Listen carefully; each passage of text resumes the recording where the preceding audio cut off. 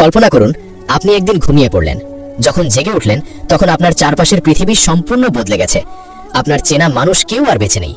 আপনার পরিবার নেই, আপনার বন্ধু নেই, আপনার প্রতিবেশী নেই। শুধু তাই নয়, আপনি যে মুদ্রা দিয়ে বাজারে কেনাকাটা করতেন, সেই মুদ্রা এখন জাদুঘরে রাখার মতো প্রাচীন জিনিসে পরিণত হয়েছে। আপনার শহরের রাস্তাঘাট বদলে গেছে, ঘর বাড়ি বদলে গেছে, মানুষের পোশাক বদলে গেছে, ভাষার ধরন বদলে গেছে। আপনি মনে করছেন মাত্র একটি দিন বা আধা দিন ঘুমিয়েছেন, অথচ বাস্তবে ৩০০ বছরেরও বেশি সময় পার হয়ে গেছে। অবিশ্বাস্য মনে হচ্ছে, তাই না? কিন্তু এটি কোনো রূপকথা নয়, কোনো সিনেমার গল্প নয়, কোনো মানুষের বানানো কাহিনী নয়। এটি স্বয়ং আল্লাহ রাব্বুল আলামিন পবিত্র কুরআনুল কারীমে বর্ণনা করেছেন। এটি সেই যুবকদের ঘটনা যারা নিজেদের ঈমান রক্ষা করতে গিয়ে সবকিছু ছেড়ে দিয়েছিলেন, ঘর, পরিবার, সম্পদ, সামাজিক মর্যাদা। তারা একটি অন্ধকার গুহার আশ্রয় নিয়েছিলেন, আর আল্লাহ তাআলা তাদের সাথে এমন এক বিস্ময়কর ঘটনা ঘটালেন যা কিয়ামত পর্যন্ত মানুষের জন্য শিক্ষা ও নিদর্শন হয়ে থাকবে। এই ঘটনা শুনলে আপনার হৃদয় কেঁপে উঠবে। আপনি বুঝতে পারবেন আল্লাহর উপর ভরসা করলে তিনি কিভাবে তার বান্দাদের হেফাজত করেন। আপনি বুঝতে পারবেন ঈমানের পথে ত্যাগ স্বীকার করলে আল্লাহ কিভাবে তার প্রতিদান দেন। আপনি বুঝতে পারবেন আল্লাহর ক্ষমতার কাছে কোনো কিছুই অসম্ভব নয়। না মৃত্যুর পরে পুনরুত্থান, না শত শত বছর ঘুম পাড়িয়ে রাখা, না কিয়ামতের দিন সকলকে আবার জীবিত করা। তাহলে আসুন শুরু থেকে শেষ পর্যন্ত জানি সেই অসাধারণ ঘটনা, আসহাবে কাহাফের ঘটনা। বহু বহু বছর আগের কথা, ঈসা আলাইহিস সালামের পরবর্তী সময়কাল। সেই যুগের রোমান সাম্রাজ্য ছিল পৃথিবীর সবচেয়ে শক্তিশালী সাম্রাজ্যগুলোর একটি। রোমান সম্রাটরা ছিলেন মূর্তি পূজক। তারা বিভিন্ন দেবদেবীর পূজা করতেন এবং তাদের প্রজাদেরকেও এই মূর্তি পূজা করতে বাধ্য করতেন। যে কেউ মূর্তি পূজা থেকে মুখ ফিরিয়ে নিত, যে কেউ এক আল্লাহর ইবাদতের কথা বলতো, তাকে কঠিন শাস্তির সম্মুখীন হতে হতো। সেই সময়ে একজন অত্যাচারী রাজা ছিলেন। তাফসীরবিদদের বর্ণনা অনুযায়ী তার নাম ছিল দাকিয়ানুস বা ডেসিয়াস। এই রাজা ছিল চরম মূর্তি পূজক এবং ঈমানদারদের প্রতি ছিল অত্যন্ত নির্দয়। সে তার রাজ্যের প্রতিটি মানুষকে মূর্তি পূজা করতে বাধ্য করত। যে কেউ এক ইলাহর কথা বলতো তাকে সে নির্মমভাবে হত্যা করত অথবা কঠিন শাস্তি দিত। সমগ্র রাজ্যে ভয় আর আতঙ্কের পরিবেশ বিরাজ করত। মানুষ প্রকাশ্যে সত্য কথা বলতে ভয় পেত। যারা মনে মনে এক আল্লাহকে বিশ্বাস করত তারাও ভয়ে মুখ বুজে থাকত। এই শহরে মূর্তি পূজার উৎসব হতো। বিশাল বিশাল মূর্তি বানানো হতো। মন্দিরে মন্দিরে পশু বলি দেওয়া হতো মূর্তিদের সামনে। ধূপ জ্বালানো হতো, ফুল দেওয়া হতো, মূর্তিদের সামনে সেজদা করা হতো। আর রাজা দাকিয়ানুস নিজে এসব উৎসবে উপস্থিত থাকত এবং খেয়াল করত কে মূর্তির সামনে মাথা নোয়াচ্ছে আর কে নোয়াচ্ছে না। এই শহরেই কিছু যুবক ছিলেন। তারা সাধারণ যুবক ছিলেন না, তারা ছিলেন সম্ভ্রান্ত পরিবারের সন্তান। কোন কোন তাফসীরের বর্ণনা অনুযায়ী তারা ছিলেন রাজ দরবারের উচ্চ পদস্থ ব্যক্তিদের সন্তান, রাজ পরিবারের সাথে সংশ্লিষ্ট। তাদের জীবনে কোনো অভাব ছিল না, সম্পদ ছিল, মর্যাদা ছিল, সামাজিক প্রতিপত্তি ছিল। দুনিয়ার হিসেবে তাদের জীবন ছিল আরামদায়ক ও বিলাসবহুল। কিন্তু আল্লাহ তাআলা তাদের অন্তরে হেদায়েতের আলো জ্বেলে দিলেন। তারা নিজেরাই চিন্তা করতে শুরু করলেন, এই মূর্তিগুলো কি সত্যিই কোনো ক্ষমতা রাখে? এই পাথরের তৈরি জিনিসগুলো কি সত্যিই কারো উপকার বা ক্ষতি করতে পারে? মানুষ নিজের হাতে এগুলো বানায়, তারপর এগুলোর সামনে গিয়ে সেজদা করে। এটা কি যুক্তিসঙ্গত? এই আসমান কে বানিয়েছেন? এই জমিন কে সৃষ্টি করেছেন? সূর্য কে উদয় করেন? বৃষ্টি কে বর্ষণ করেন? এসব প্রশ্ন তাদের মনে ঘুরপাক খাচ্ছিল। আল্লাহ তাআলা কুরআনুল কারীমে তাদের সম্পর্কে বলেছেন, তারা ছিল কিছু যুবক যারা তাদের রবের প্রতি ঈমান এনেছিল এবং আমি তাদের হেদায়েত বাড়িয়ে দিয়েছিলাম। লক্ষ্য করুন, আল্লাহ তাআলা এখানে ফিতিয়াহ শব্দ ব্যবহার করেছেন, যার অর্থ যুবক। তারা বয়সে তরুণ ছিলেন। যৌবনের সেই সময় যখন সাধারণত মানুষ দুনিয়ার ভোগ বিলাসে মত্ত থাকে, খেলাধুলায় আর আমোদ প্রমোদে ব্যস্ত থাকে, ঠিক সেই সময় এই যুবকরা সত্যের সন্ধান খুঁজছিলেন, আল্লাহর একত্বের পথে নিজেদের উৎসর্গ করছিলেন। আর আল্লাহ বলেছেন, আমি তাদের অন্তরকে মজবুত করে দিলাম যখন তারা দাঁড়িয়ে বলল, আমাদের রব হলেন আসমান সমূহ ও জমিনের রব। আমরা কখনোই তাকে ছাড়া অন্য কোনো ইলাহকে ডাকবো না, তাহলে আমরা অবশ্যই সীমালঙ্ঘনকারী কথা বলবো। কি অসাধারণ সাহস, কি অসাধারণ দৃঢ়তা! একটি শহরে যেখানে রাজা থেকে শুরু করে সাধারণ মানুষ সবাই মূর্তি পূজা করছে, সেখানে কিছু যুবক দাঁড়িয়ে ঘোষণা দিচ্ছেন, আমাদের রব শুধু এক আল্লাহ, আমরা তাকে ছাড়া আর কাউকে ডাকবো না। আর তারা পরিষ্কার বলছেন, যারা আল্লাহ ছাড়া অন্য কাউকে ইলাহ হিসাবে মানে তারা সীমা লঙ্ঘনকারী, তারা ভুল পথে আছে। তারপর তারা বললেন, এরা আমাদের সম্প্রদায়, এরা আল্লাহ ছাড়া অন্য ইলাহ গ্রহণ করেছে, এরা কেন এদের ব্যাপারে স্পষ্ট প্রমাণ নিয়ে আসে না? সুতরাং সেই ব্যক্তির চেয়ে বড় জালেম আর কে যে আল্লাহর ব্যাপারে মিথ্যা রচনা করে? তারা যুক্তি দিয়ে কথা বলছেন। তারা বলছেন, তোমরা যেসব মূর্তির পূজা করো এগুলো যে ইলাহ, এর কি প্রমাণ আছে? কোনো প্রমাণ নেই। সুতরাং যারা আল্লাহ ছাড়া অন্য কিছুর ইবাদত করে তারাই সবচেয়ে বড় জালেম। কিন্তু এই ঈমানি ঘোষণার পরিণতি কি হতে পারে তা তারা ভালো করেই জানতেন। রাজা দাকিয়ানুস এমন কাউকে ছাড় দেয় না যে মূর্তি পূজা প্রত্যাখ্যান করে।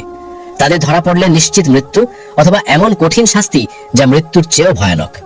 তারা পরামর্শ করলেন, তারা চিন্তা করলেন, তাদের সামনে দুটি পথ, হয় মূর্তি পূজা করে রাজার অনুগত থাকা এবং দুনিয়ার আরাম আয়েশে জীবন কাটানো, নয়তো ঈমানের ওপর অটল থেকে সবকিছু ত্যাগ করা। তারা দ্বিতীয় পথটি বেছে নিলেন। তারা সিদ্ধান্ত নিলেন যে তারা এই শহর ছেড়ে চলে যাবেন।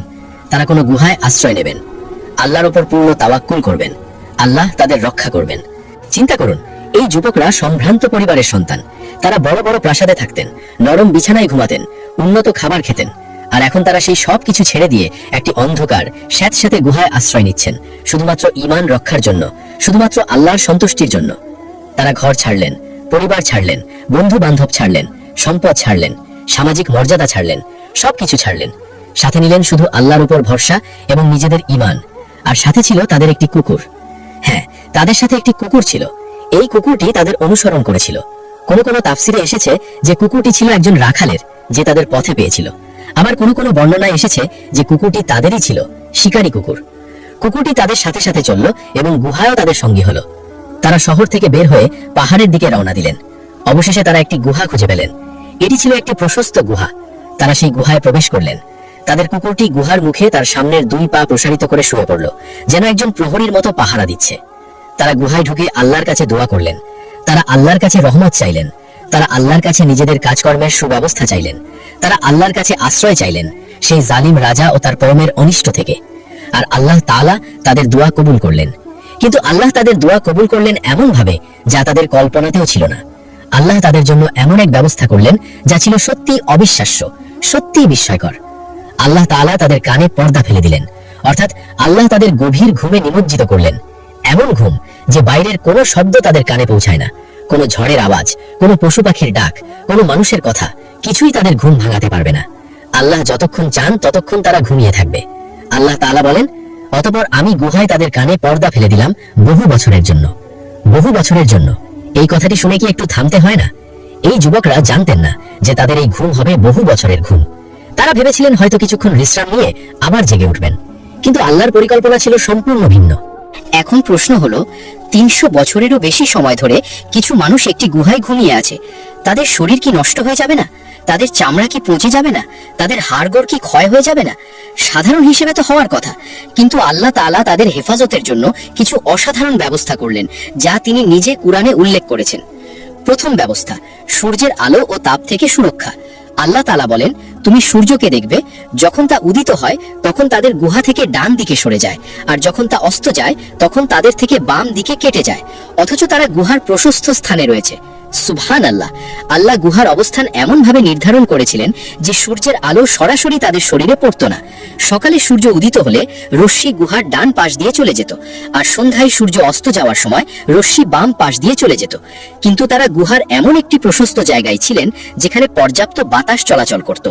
এই ব্যবস্থার ফলে তাদের শরীরে সরাসরি সূর্যের তাপ পড়তো না, তাই তাদের শরীর শুকিয়ে যেত না বা পুড়ে যেত না।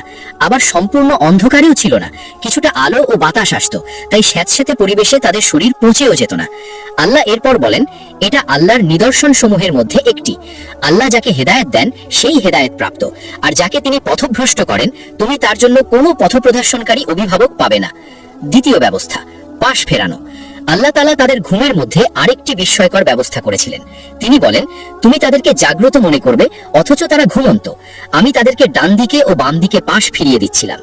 কেউ যদি তাদের দিকে তাকাতো তাহলে মনে করতো তারা জেগে আছে, ঘুমাচ্ছে না, কারণ তাদের চোখ খোলা ছিল, অথবা তাদের শরীরে এমন জীবন্ত ভাব ছিল যে দেখে মনে হতো তারা সজাগ। আর আল্লাহ তাআলা তাদেরকে ডান দিকে ও বাম দিকে পাশ ফিরিয়ে দিতেন। এটি ছিল অত্যন্ত গুরুত্বপূর্ণ একটি ব্যবস্থা। চিকিৎসা বিজ্ঞান আজ আমাদের জানিয়েছে যে কোনো মানুষ যদি দীর্ঘ সময় একই পাশে শুয়ে থাকে তাহলে তার শরীরের যে অংশ মাটির সাথে লেগে থাকে সেই অংশে রক্ত চলাচল বন্ধ হয়ে যায়, মাংসপেশি ক্ষয় হয়ে যায়, চামড়ায় ঘা হয়ে যায় এবং হাড়ে সমস্যা দেখা দেয়। আজকের হাসপাতালগুলোতেও দীর্ঘদিন শুয়ে থাকা রোগীদের নিয়মিত পাশ ফেরানো হয় যাতে এই সমস্যা না হয়। আল্লাহ তাআলা 1400 বছরেরও আগে কুরআনে এই বিষয়টি উল্লেখ করেছেন।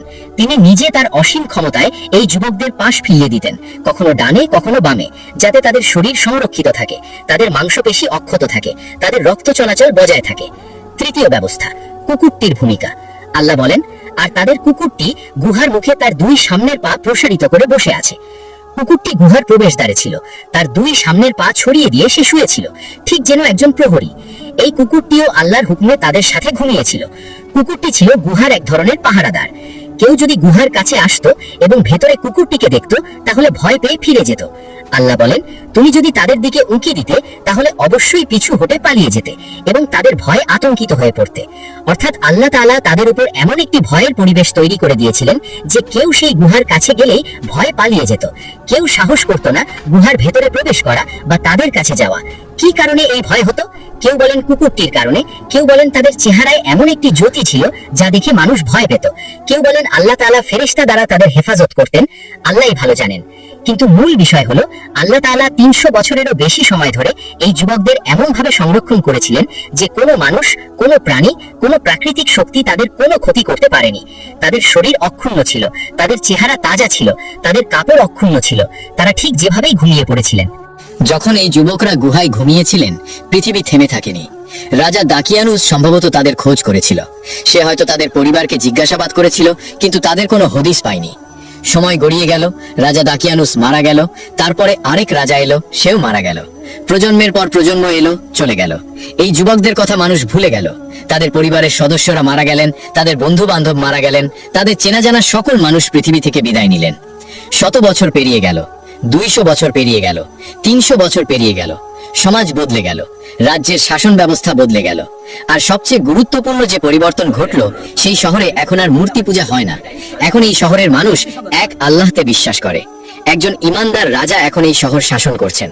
কিন্তু এই সময়ে মানুষের মধ্যে একটি বিতর্ক দেখা দিয়েছিল। সেই বিতর্ক ছিল মৃত্যুর পরে পুনরুত্থান নিয়ে। কিছু মানুষ বলছিল যে মৃত্যুর পরে মানুষ আবার জীবিত হবে, কিয়ামতের দিন সকলকে উঠানো হবে।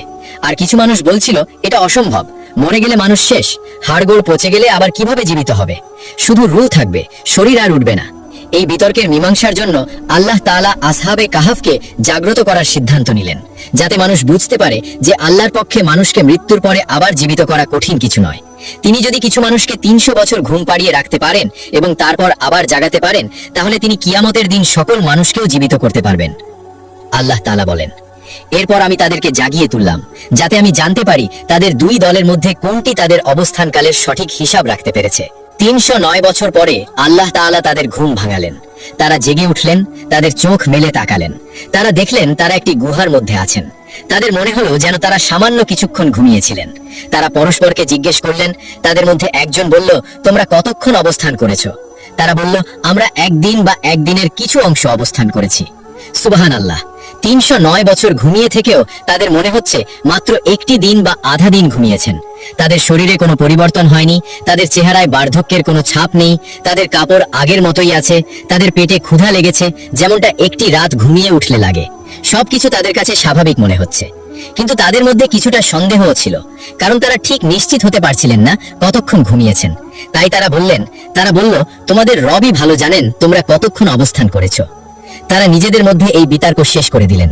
তারা বললেন, আমরা সঠিক সময় জানি না, আল্লাহই ভালো জানেন। এটি ছিল তাদের আদবের পরিচায়ক। যে বিষয়ে তারা নিশ্চিত নন, সে বিষয়ে তারা আল্লাহর কাছে সোপর্দ করলেন। ঘুম থেকে জেগে ওঠার পর স্বাভাবিকভাবেই তাদের ক্ষুধা লাগলো।